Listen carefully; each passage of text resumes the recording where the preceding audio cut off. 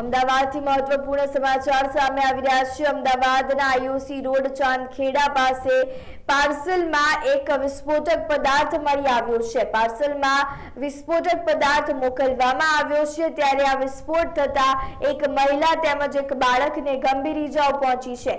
ઘટના સ્થળે PI, ACP, DCP તેમજ તમામ ઉચ્ચ અધિકારીઓ હાજર છે। ત્યારે આ ઘટનાને લઈને આદેશ આપવામાં આવ્યા છે કે તમામ પાસાઓથી આ તપાસ કરવામાં આવશે। ત્યારે કઈ અદાવતના કારણે આ ઘટના બની છે તેની સંપૂર્ણ પ્રમાણે તપાસ કરવામાં આવશે। ત્યારે ઘટના સ્થળે પોલીસનો કાફલો દોડી આવ્યો હતો।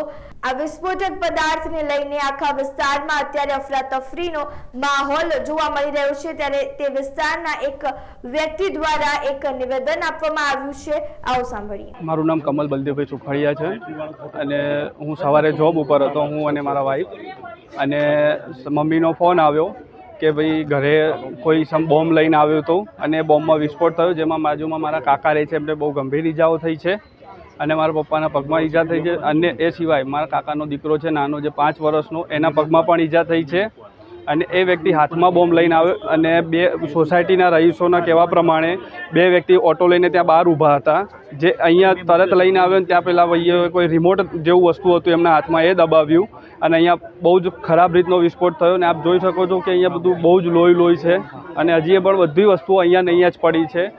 આ કોઈ બદઇરાદે આતંકવાદી સંગઠન જેવું મને લાગી રહ્યું છે। तो તમારી કોઈની સાથે દુશ્મની હોય? કોઈ જ નહીં સાહેબ, અમે સવારે નોકરી જઈએ અને સાંજે ઘરે આવીએ છીએ। હું એડવોકેટના હાથ નીચે કામ કરું છું।